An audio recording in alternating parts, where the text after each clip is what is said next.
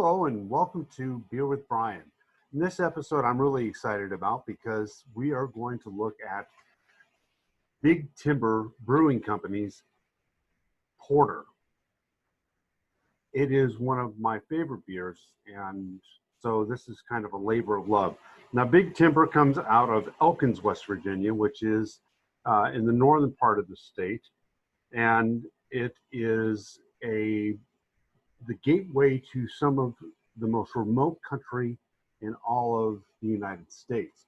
It, for instance, just about an hour east is the radio silent zone, the national radio silent zone, where people are not allowed to have microwave ovens, for instance, because it would interfere with the radio experiments that are taking place. It's also very near one of the most perfect places to go and look at the stars, because there are no city lights in any direction for miles. It's one of the places where you can also reach the highest point in all of West Virginia, and no one goes there, partly because it's so remote. So it's a great place if you just want to get away from it all, or maybe hide out from the law, who knows. Anyway, kidding. So here, let's crack her open.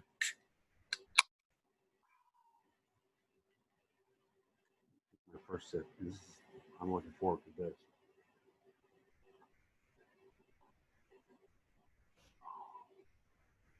And it's so good.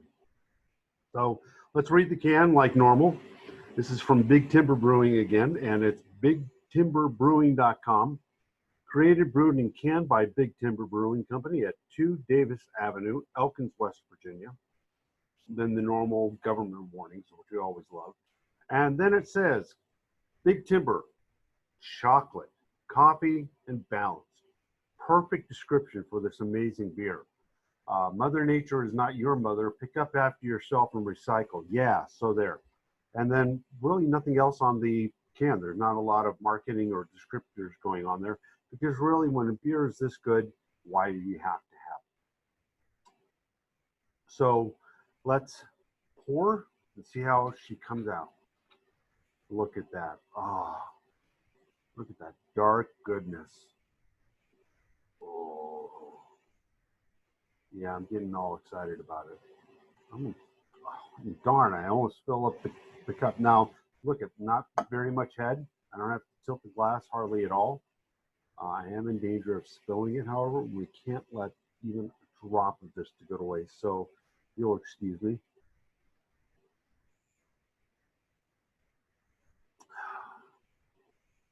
That's great. And since I don't want to bore you with just drinking this whole thing down, I could guzzle it down, but that would be a waste of a great little beer. So I'll be back. That also gives me a little time to study what I'm going to talk to you about, and we will go from there. Hi, and we're back. So as you can see, I've made some headway on the beer, and I'm trying to think what else I can say about this other than chocolate. Dark, rich, flavorful, coffee, balanced, all these good little things that you would want. The only thing that I can really think of is there's not any nose on it to speak of. I mean, there's a little tiny bit of it, but nothing where it just kind of hits you. Oh, wow. Not necessarily a bad thing. It's just kind of there. But that's what that's what you're dealing with. And so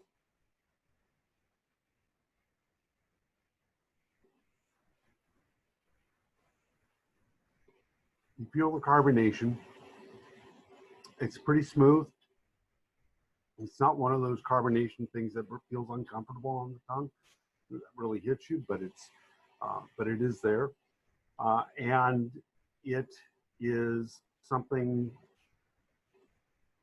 that you just want to savor. You just want to sip and savor this. If you like a good, flavorful beer, this really should be on your list of beers to get. Now, I will say this about the one thing I don't like about Big Timber's offerings is that they are only in cans. I suppose if you went to their brewery, their brew house, then you could possibly get them in a growler or something. But if you want it in a store, can is all that they do, and they only come in 4 packs. Now this is a big can. This is a 16-ounce can, so you're getting a decent amount for your beer, or for your money rather. But by the same token, I would rather have a 6 pack. I also would rather have bottled. I think beer tastes better when it comes from a bottle rather than a can. I should also note that this is 6.5% ABV. So with 16 ounces of this, you may not want to go out driving for a little while. That said, I don't notice this isn't the sort of beer that you're going to take to get drunk off of or something like that. That's the point, which, let's be honest, it shouldn't be. Especially if you're going to, why? Oh well, I digress. Not a fan of just drinking to get drunk. It kind of ruins the point for me. But this is really, really worthwhile having in your refrigerator, having on your shelves in case quantities so you can keep putting more into your refrigerator, because this is the sort of thing that will become addicting to you and you will love it if you like good dark porters. In fact, I think this is more stouty than, we a little while ago we had a stout that was more like a porter. This is a porter that's in many ways more like a stout than many stouts are. So that would be something to keep in mind. If you want the best of both worlds, this would be a good choice for you. But in any event, I do recommend that you go out and you try to find or have your local store carry Big Timber's porter. And that's it for this time. And we'll see you again next time on Beer with Brian. In the meantime, please smash that subscribe button, click the thumbs up, ring the little bell so that you can get notified when new offerings come. And if you want us to try some beer so that we can spend our money on it so you don't have to if it's no good, put it in the comment section and we'll go from there. Again, thanks for being with me on Beer with Brian.